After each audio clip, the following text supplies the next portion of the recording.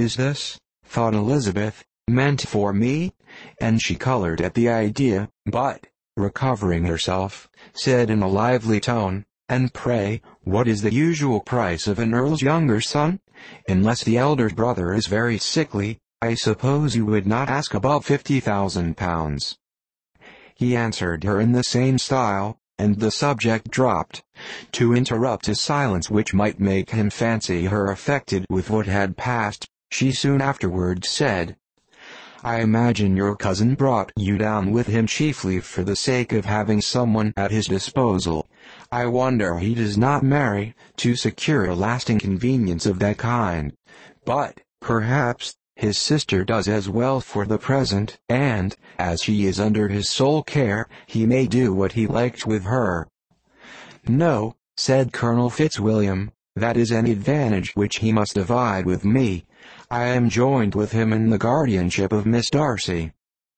"Are you indeed? And pray what sort of guardians do you make?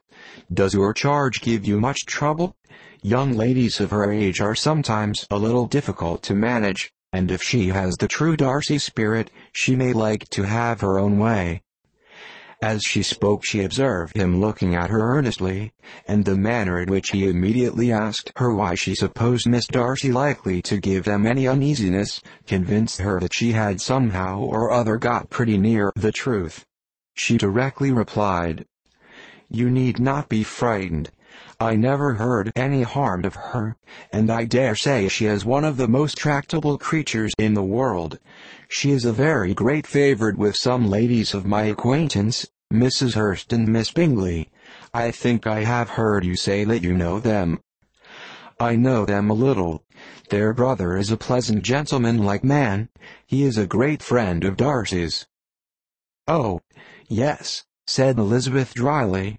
"Mr. Darcy is uncommonly kind to Mr. Bingley, and takes a prodigious deal of care of him." "Care of him? Yes, I really believe Darcy does take care of him in those points where he most wants care. From something that he told me in our journey hither, I have reason to think Bingley very much indebted to him. But I ought to beg his pardon, for I have no right to suppose that Bingley was the person meant. It was all conjecture." "What is it you mean?" "It is a circumstance which Darcy could not wish to be generally known, because if it were to get round to the lady's family, it would be an unpleasant thing. You may depend upon my not mentioning it. And remember that I have not much reason for supposing it to be Bingley. What he told me was merely this, that he congratulated himself on having lately saved a friend from the inconveniences of a most imprudent marriage, but without mentioning names or any other particulars, and I only suspected it to be Bingley from believing him the kind of young man to get into a scrape of that sort, and from knowing them to have been together the whole of last summer." "Did Mr. Darcy give you reasons for this interference?" "I understood that there were some very strong objections against the lady." "And what arts did he use to separate them?" "He did not talk to me of his own arts," said Fitzwilliam, smiling. "He only told me what I have now told you."